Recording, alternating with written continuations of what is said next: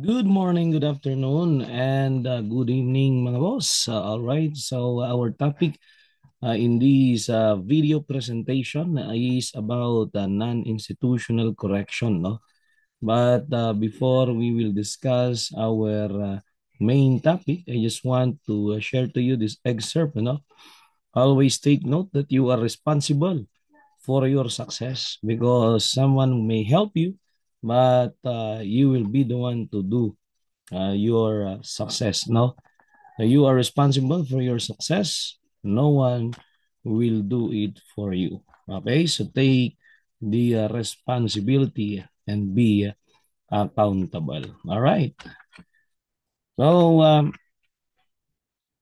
at the end of this lesson, no, you should be able to trace the history of parole. Yan. So since ang topic po natin sa video presentation na ito is about history, the concept and grounds for disqualification for parole. All right? So at the end of this lesson, you should be able to trace the history of parole. Paano nga ba nabuo ang konsepto ng parole, no? You should be able to elucidate the concept of parole, and you should be able to interpret the grounds on the disqualification for parole. Okay, so let us start this by answering this question. Mr. John is studying the history of parole, and according to its origin, what does the word parole signify? So letter A system of conditional punishment used in Europe. Letter B, a word of honor used to release prisoners of war conditionally. Letter C, a French term describing early offender supervision strategies. And Delta is a form of conditional pardon for violent offenders in the past. And the answer for this question is bravo, no? So, parole was derived from the word parole na ang ibig sabihin ay word of honor, yung walang letter E. Yan, no? So, what is the origin of the term parole? So, pagka ang pinag-aaralan po ay yung origin of words, ang tawag sa pag-aaral na yon, ang tawag natin etymology. So, based from etymology of terms, no, the word parole na kasalukuyan na ginagamit or yung current na ginagamit derived or came from the French word parole, walang letter E, meaning word of honor, na originally nga ay tumutukoy doon po sa pag-release ng mga prisoners of war and which they should promise not to re-engage in the conflict if they are released. Ayan. So yan ang sinasabi. Pagka sinabi nila na hindi na sila sasama or sasali sa digmaan, ay kanilang paninindigan ang kanilang salita. Doon nagkumpisa yung word na parol or sa Tagalog ang tawag natin ay palabra de honor na pagka sinabi mo ay tutuparin mo. Ayan. Okay, so dyan po galing yung word na parol. So who is credited as the first person na idokumento na gumamit po ng parole sa United States? No? Who is credited with the first documented use of parole in United States? Letter A, Samuel G. Howe. Letter B, Sir Walter Crofton. Letter D or C, Zebulon Brockway. And Delta, Alexander Makunocci. So ang una na documented na talagang parol na po ang ginamit ay walang iba kundi si Samuel G. Howe, no? So who are the pioneers of parole, no? Sa una ay si Samuel G. Howe. He is credited as the first person na idokumento na gumamit ng parole noong 1847. Though in that period, no, or the earlier pardon-based program achieve a similar result kasi halos kaparehas ng pardon, no? Until 1938, parole in many states of United States of America function as a form of conditional pardon. So walang silang gaanong pagkakaiba doon sa conditional pardon, no? Then next question, Mr. Jan reads about Alexander Maconochie's rehabilitation system. What was its core principle? Letter A, punishing prisoners with fixed sentences to ensure reform. Letter B, releasing inmates after they completed their sentence in prison. Letter C, using open-ended sentences where progress determined release. Or Delta, granting parole to inmates after serving maximum period of or portion of their sentence. So, ang na-introduce ni Alexander Maconochie ay ang tinatawag nating mark system, ano? Na kung saan ang isang inmate ay nagkakaroon po ng credits kapag ka maganda ang kanyang ipinapakita sa loob ng kulungan. At si Alexander Maconochie, base sa kanyang mark system, ay doon din nag-umpisa yung tinatawag na open-ended sentences na kung titingnan natin ngayon ay kaparehas ng indeterminate sentence, mga kaibigan. Ano? So, Alexander Maconochie course principle in his mark system is the use of open-ended sentences where progress determined release. Kasi kung maganda ang ipinakita ng inmate, ay posible siyang pakawalan if he earned the credits, no? Ayan. So, ang sumunod nga po, no, or isa sa pioneer ng parole na yan ay hinihinala na dyan talaga galing ang parole, yan po yung inintroduce ni Alexander Maconochie, no? So what was the system that was introduced by Alexander Maconochie? We have the so-called mark system or yun nga pong credit system na kapag ka maganda ang iyong ipinakita at ipinamalas or maganda ang iyong performance ay po pwedeng mas maaga kang makalaya, no? At pinaniniwalaan nga na yan ang pinanggalingan ng indeterminate sentence law and yung parole nga, no? So he also introduced open-ended or indeterminate sentencing on Norfolk Island, emphasizing rehabilitation through a stage system of earned privilege and responsibilities. His approach aimed to prepare inmates for reintegration to the community. No, but the mark system faced a lot of criticism because it seems that this program is very lenient, no? So, masyado daw kumbaga ay uh, masyadong hindi gaan or hindi mahigpit sa imposition ng penalty, ano, masyadong maluwag, ganon, no? So nagkaroon ng maraming criticism. Ito pong inintroduce na open-ended sentencing kasi ina-apply noon sa lahat, no, ng mga convicted offenders. Okay, then sumunod ay si Walter Crofton. I-introduce the IRIS system. Yung IRIS system, ang isang tawag ay Modified Mark System, mga kaibigan.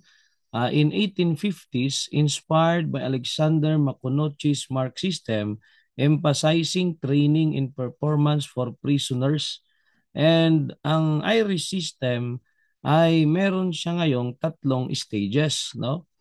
Meron yung tinatawag na solitary confinement. Yan po yung umpisa, no, na kung saan ang inmate ay ibabartolina, mga kaibigan, sa or ilalagay sa bartolina ng hindi hihigit sa 90 days. No? That is the first stage nitong IRIS system. Okay? So after ng 90 days, okay naman yung ipinakita or performance, nakabartolina naman. No? Then magpo-proceed sa congregate system. In congregate system, prisoners earned marks through good behavior and work. So kung maganda na ang ipinakita mo, di ba? Meron ka ng puntos na ma-earn. Ayan. progressing to higher levels. Okay? So, doon mo yung, ano ba yung congregate system kasi, no? Ang congregate system ay isang sistema na kung saan ang mga inmate ay nakakulong at nakabartolina tuwing gabi, pero sila po ay nagtatrabaho ng araw, no? Yan. So pagka maganda ang performance, then you will go to higher level, which is called intermediate prison, no? Na kung saan ay magkakaroon na lamang ng minimal supervision. So testing prisoners' dependability and readiness for going back to the society. Ayan. So kung makikita natin, unti-unting nafa-fine-tune ano, yung pong program mula kay Alexander Maconochi, ang inmate magkakaroon ng credits. Yeah? Then dito na, nilagyan na po ng stages. And syempre, andyan na po yung minimal supervision. No? Sinusupervise pa rin yung mga inmate na yan. Then after which prisoners are eligible for release and receive ticket of leave. Yan. For conditional freedom. So meaning pakakawalan na sila pero meron po silang kondisyon. And supervised by inspectors who check the employment and living condition of those who were released. Yan. So kung makikita natin, medyo malapit na talaga sa ating parole na ginagamit sa kasalukuyan. Okay?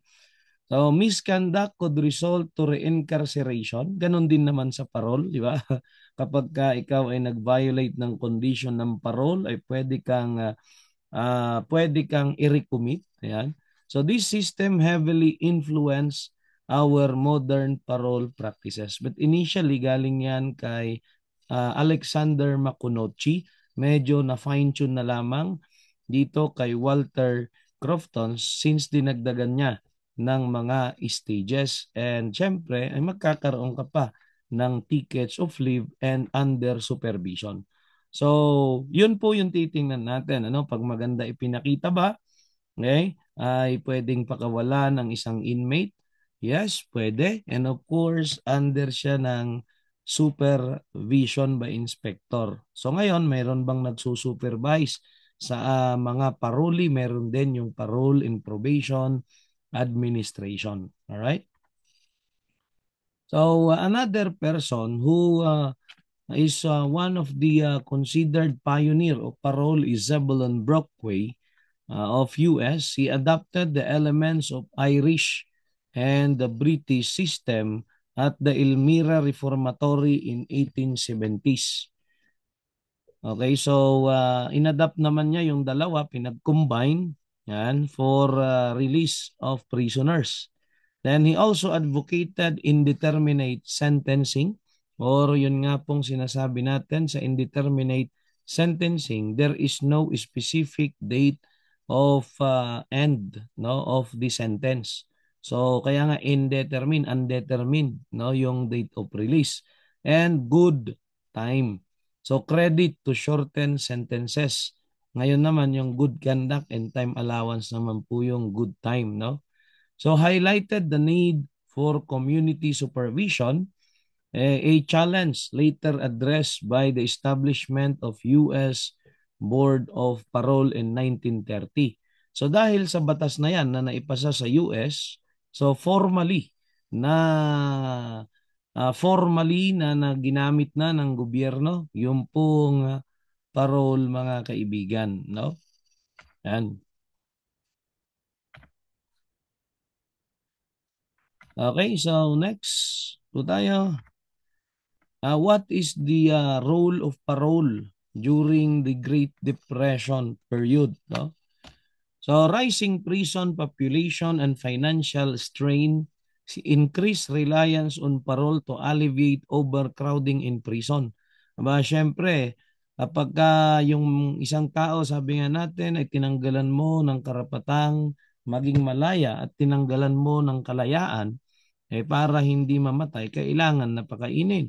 At sino ba ang magpapakain? Syempre, yung gobyerno. Okay? So masyado pong mataas ang gastos ng gobyerno doon po sa mga nakakulong. At the same time, dahil limited, syempre yung mga kulungan hanggang ngayon, yun naman ang problema, ay nagkakaroon ng overcrowding. And because of that, they rely on parole in order to avoid or to decrease the overcrowding. So parole became important or essential for maintaining the correctional system during the economic hardship or yung during the depression period nga na halos naghihirap ang mga bansa. Okay, so nag-rely po sila sa parole kasi nga nagtitipid sa budget, no? Okay, then nagkaroon din ng shift sa criminal justice philosophy dahil po sa introduction ng positivist, syempre. Yan, kasi ang dati nating pinapaniwalaan, yung sinauna ay yung pong tinatawag na demonological. Yan yung time na uso po yung death penalty. Okay, syempre, as the main punishment noon, and harsh and barbaric ang penalty kasi nga naniniwala sila aalis yung demonyo kapag ka ikaw ay namatay or nahirapan or yung isang taong nag-commit ng crime nahirapan. Then sumunod po ay yung pong classical, okay, yung classical theory ni Cesar Bonesa Marchise de Vicaria na kung saan kapag ka ang isang tao ay gumawa ng krimen regardless doon sa kanyang status, sex or gender, o di ba? O edad ay kailangang parusahan.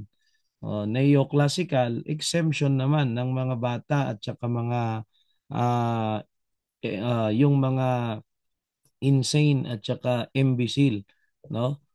Yan. Then positivist, dito na introduce yung rehabilitation ni Cesar Lombroso.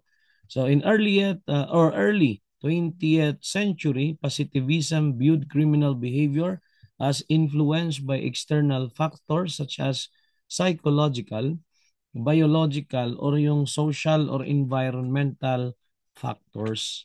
And dahil dito sa paningin nung mga positivist or yung mga theorist ng positivist theory ay in-encourage na mag-focus po sa rehabilitation. Yan yung time mga kaibigan na nag-shift actually yung pong mga pangalan ng prison kasi dati nga ang purpose ng punishment kaya nga ang word na penology, no, ay galing sa salitang puena na ang ibig sabihin ay pain or suffering. So ito nagbago kasi nga yan ay na-introduce sa kapanahunan ni Cesar Vicaria para mag-suffer ang isang tao kaya nga paparusahan. Kaya ang mga kulungan noon prison, di ba? Pero dahil sa advent ng positivist theory, no, ni Cesar Lombroso and sinigundahan ni Enrico Ferri at sinundan pa ni Rafael Garofalo ay na-introduce na nga po ang rehabilitation kaya ang mga prison ginawa ng correction parang sa Pilipinas dati ay Bureau of Prison ngayon ay Bureau of Correction dahil sa pag-encourage sa pag-rehabilitate sa mga sentensyadong offender. So, positivism encourage the rehabilitation focus of sentencing, aligning with indeterminate sentencing and paroles and reintegration. At dito na nabuo, dahil sa positivist theory, dito na nabuo yung sistema ngayon na kung tawagin natin ay community-based correction or yung pong mga iba't ibang non-institutional correction because of this positivist theory, mga kaibigan, na nagfo-focus sa pag-rehab or naglalayon sa pag-rehab dahil nga naniniwala yung mga theories nito na may dahilan kung bakit ang mga tao ay nagkukumit ng krimen. At yung dahilan na yun kailangang ma-determine and they are considered sick individuals and they should not be punished but they need to be rehabilitated. Alright? At ang isa nga sa programa for rehabilitation of offenders ay yung pong pagpapatuloy nitong naumpisahan nila Alexander Maconochie, Walter Crofton, at saka nila Zebulon Brockway. Okay? However, there are challenges and decline of these use or yung pong paggamit ng parol, nagkaroon po ng challenges Why? Parole gained criticism in 1980s as street crime surged or it was increased with some crimes committed by early release offenders. Kaka-release mo pa lang, nakagawa na ng krimen. Oh. Pero ang tanong naman natin, maaari nga namang nagbago ang isang tao sa loob ng kulungan. Pero para mabuhay ulit, pagbalik sa community dahil walang nag-a-accept, dahil nga mataas noon ang stigma, no? Kapag ka nakagawa ka ng krimen, ang tingin sa'yo, kriminal pa rin, baka yun ang dahilan na kung bakit gumagawa pa rin ng krimen pagkalaya para sa ganun ay mag-survive. Di ba? Pwede rin naman, no? So public demand for stricter sentencing, okay, ay in-encourage syempre na sinasabi ng mga publiko ay kailangan na maging tough on crime, no? And the truth in sentencing led to the shift back to punitive approaches, reducing reliance again on parole because of the increase of crime. Kasi nga ay nag-focus na sila noon sa pag-release, no? Kasi nga para mabawasan yung gastusin ng gobyerno at para sa ganun ay mas kokonti na ang kanilang babantayan, kokonti na rin ang magbabantay. Pero dahil nga doon parang abuso naman yung pagbibigay ng parol, kaya po nagkaroon po ng challenges in 1980s, no? So ano nga ba po ang parol? Ano po ito, no? So currently mga kaibigan, hindi na po ito yung pag-release ng mga prisoners of war. Although dyan unang galing, no? Yan. So parole refers to the conditional release of an offender from a correctional institution after he have served a portion of his sentence. So anong portion ang dapat niyang na-serve? Okay?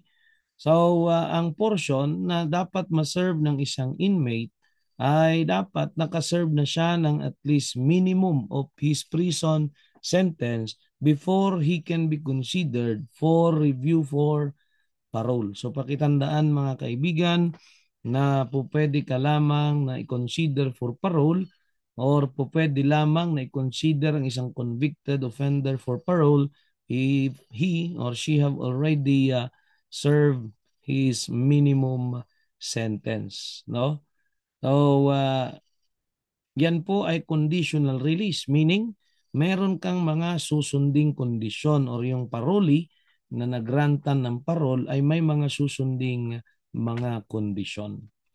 Okay, it may be granted by the Board of Pardon and Parole. So ibig sabihin kapag mag-a-apply ng parole, kanino dapat naka-address yung pong application for parole? That is to the Boards of Pardon and Parole, since the BPP is responsible for granting parole here in the country or in the Philippines, no?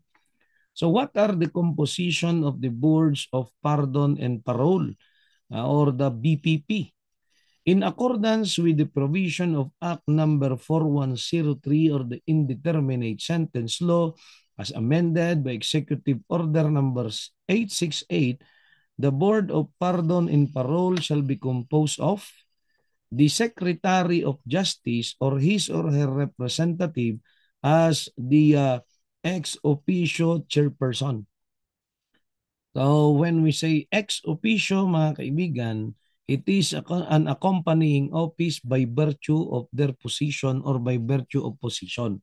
So ibig sabihin, yung Secretary of Justice ay dahil sa kanyang posisyong hawak, ay kanya ring posisyon ang pagiging chairperson ng BPP. Yan. Kalakip na opisina dahil sa posisyong hawak or sabi nga natin, an accompanying office by virtue of position. And syempre, meron din itong 7 member, no?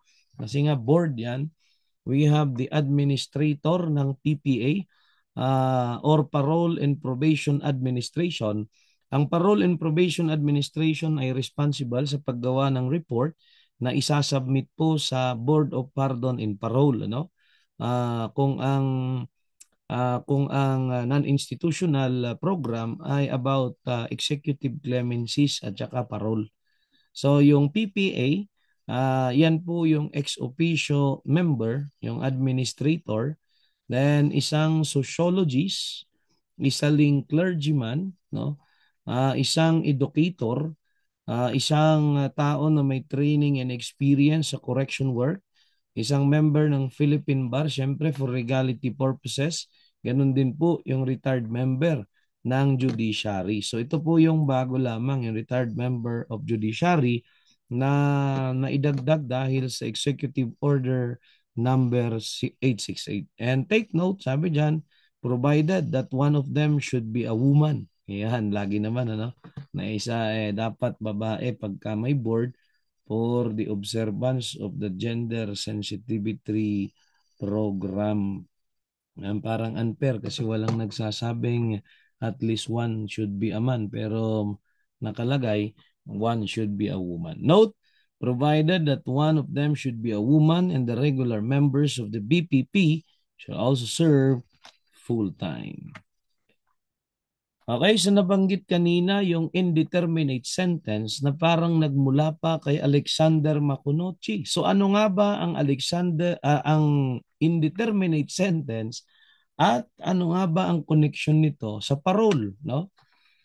So an indeterminate sentence, it is a sentence with a minimum term and a maximum term. Parang yung reclusion temporal, parang ganun. Meron siyang 12 years and 1 day na minimum and 20 years at as maximum. Meaning, wala pong specific date ng release. Di ba? So, a term which the court is mandated to impose for a benefit of guilty person who is not disqualified. Therefore, when a maximum imprisonment exceed 1 year. Yan. So, ang 1 year pababa kasi ay uh, tinatawag po na tawag yan, straight penalty, no? So, meaning pagka po below or 1 year below ang sentensya ay hindi po pwede na mag-undergo ng ayan, no? Ng tinatawag na indeterminate sentence. So, undetermined, no? So, naka-ratio. So, when does indeterminate sentence apply? O kailan po ito mai-apply? Indeterminate sentence applied mandatorily to violation of both the revised penal code and the special penal law where imprisonment would exceed 1 year and where the penalty is divisible dapat ang penalty. Okay? So pagka indivisible ay hindi na i-apply syempre. Matandaan dapat hindi po straight penalty.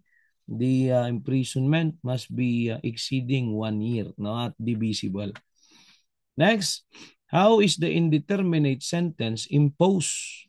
In imposing the prison sentence for offense punished by RPC or special penal law, the court shall sentence the accused to an indeterminate sentence which has a maximum and a minimum term based on the penalty that actually imposed. So meaning may minimum, meron kasi kailangan nga sabi natin pagka parolado or pagka mag-a-apply ng parol ay na-serve na po yung minimum. At pagka po siya ay grinant, yung kanyang parol, ay isa-serve niya yung maximum sentence habang siya po ay nasa laya. Alright? So what is the connection between parole and indeterminate sentence law or yung ISLAW na sinasabi or yung Act number 4221? An indeterminate sentence is closely connected with parole. Okay? It is one or an indeterminate sentence is one with minimum and maximum of imprisonment. And take note, the prisoner is not eligible for consideration for parole unless he have served the minimum sentence. So, yun yung connection nila, di ba? Yan, pagka na-serve mo na yung minimum, ay pwede kang i-release kung grinant yung parole mo at pwede mong i-serve yung maximum sentence mo sa laya. So ideally, the gap between minimum and maximum sentence would be wide in order that the process of rehabilitation in prison may be continued long enough to make certain of its effect. Yan. No, so yan yung connection, no? Kasi nga kapag hindi nga naman indeterminate, no? Pag hindi divisible yung sentence, walang minimum, eh paano nga naman magkakaroon ng parol? Eh sabi doon sa parol ay pwede lang itong i-grant at pwede lang ibigay kapag ka po yung kapag ka po yung convicted offender ay kanyang na-serve na yung minimum sentence. And that is now the connection of the indeterminate sentence law to parole. All right? So what is the difference between indeterminate and determinate sentence? Under the indeterminate sentencing scheme, prisoners are generally through the discretion, no, of parole board decision. Nung kapag ka sinabi or inisyuhan ng certificate of final discharge, depende po yon, syempre. No? Yan. So, discretionary on the parole board decisions, yung pong pagtatapos nung pong sentensya nila, no? Bago sila isyuhan ng certificate of final release and discharge. Whereas under the determinate sentencing scheme, prisoners are to be released pursuant to mandatory release or yung may specific mandated time of release nila, ganon. So hindi siya discretionary, eksakto, di ba? So yun yung difference ng indeterminate and determined, from the word determined at saka undetermined because it is based from discretion. Yun ang indeterminate sentence. So what are the eligibilities for review of parole case, no? So what are the eligibilities bago i-review ang parole case ng isang inmate na nag-a-apply? So an inmate or a convicted offender should be serving an indeterminate sentence of maximum period na nag-i-exceed ng 1 year. Kaya nga sabi natin kasi street penalty, yung 1 year, hindi pwedeng mag-avail ng parole or disqualified po sila or they are not eligible to avail for parole. So inmates have served the minimum period. Ayan. So tandaan, dapat yung sentensya is more than 1 year, yung maximum. Na-serve na yung minimum sentence or minimum period of indeterminate sentence. Inmates conviction is final and executory. Yan, hindi na appealable, syempre. Okay? No pending criminal case. Okay, and the inmate serving sentence in national penitentiary unless the confinement of the said inmate in municipal C3 or provincial jail is justified. So that is according to doj.gov.ph website, mga kaibigan. So pwede ka lamang or pwede lamang maging eligible ang parole ang isang tao kapag ka po yung sentensya niya is more than 1 year, he have served at least minimum period of his sentence. Okay? Yung sentence niya ay final and executory, so convicted na, finally convicted. Yan. In case inmate have more than one or more co-accused who have been convicted, the director concerned shall also forward their prison record or carpeta at the same time. Wala nang pending. Tsaka dapat nakakulong sa National Penitentiary. Okay, so those are needed so that a certain person will be eligible for parole. Di ba? So pwedeng question or pwedeng ibigay na question dyan, di ba? Pedro Pinduco was convicted for a crime punishable by imprisonment of exact 1 year or maximum period of 1 year. Can he avail for parole? The answer is no, since in order for a certain convicted offender to be eligible for parole, he must be convicted for a crime uh, or for a crime in which imprisonment is more than 1 year. Yan, no? Okay, so what are the disqualifications for a parole case? Ano naman yung disqualification? Kung mga elements bago ka pwedeng i-consider, meron bang mga disqualified convicted offenders, no? So meron, no? So what are the disqualification for a parole case? Or who are disqualified, di ba? So those inmates convicted of offenses punished with death penalty or life imprisonment are disqualified for parole. Okay? So kung kamatayan or life imprisonment ang conviction mo ay hindi pwedeng mag-avail ng parole or hindi pwedeng i-grant because of the gravity. O tandaan na, bakit hindi po sila pwede? Because of the gravity of the penalty that is imposed upon them. Number two, inmates convicted for treason, conspiracy to or proposal to commit treason or espionage. Inmates convicted for misprision of treason, rebellion, sedition, or coup d'etat. Ano pa? Inmates convicted for piracy or mutiny on the high seas or Philippine waters. Ito kasi ay threat to public safety. Kaya po ay bawal na pakawalan. Mm. So, number five, inmates who are habitual delinquent. Sino ba yung mga habitual delinquent, mga kaibigan? Okay, those habitual delinquent are those people who within the period of 10 years from the date of release from prison or last conviction of a crime of serious or less serious physical injuries, robbery, theft, estafa, and falsification found guilty of any said crime for the third time or opener.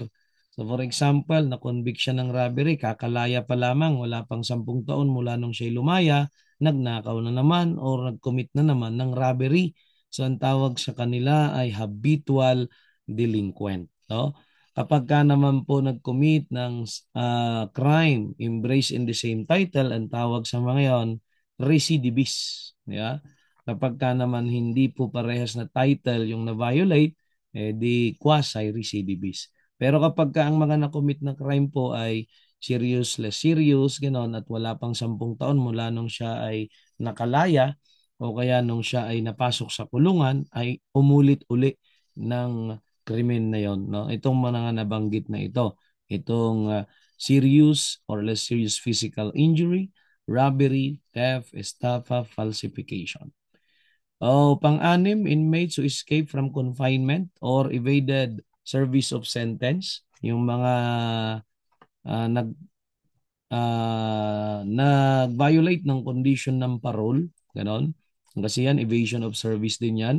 Ganon din po yung mga uh, tumakas mula sa kulungan ay hindi pwedeng magrantan ng parole or madi-disqualified for parole case.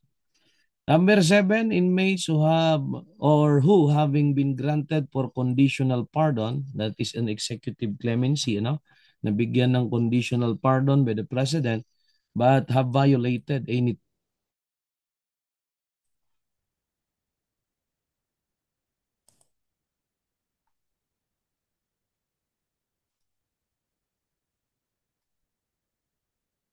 All right. So, so gaya nung sinasabi natin kanina, no, pagka po nag-grant ng nag-grant po ng conditional pardon pero nag-violate ng conditions ay hindi pwedeng i-grant for parole. Sino pa? Inmates whose maximum term of imprisonment does not exceed 1 year o yung mga na-convict ng straight penalty. Number nine, inmates convicted for offense.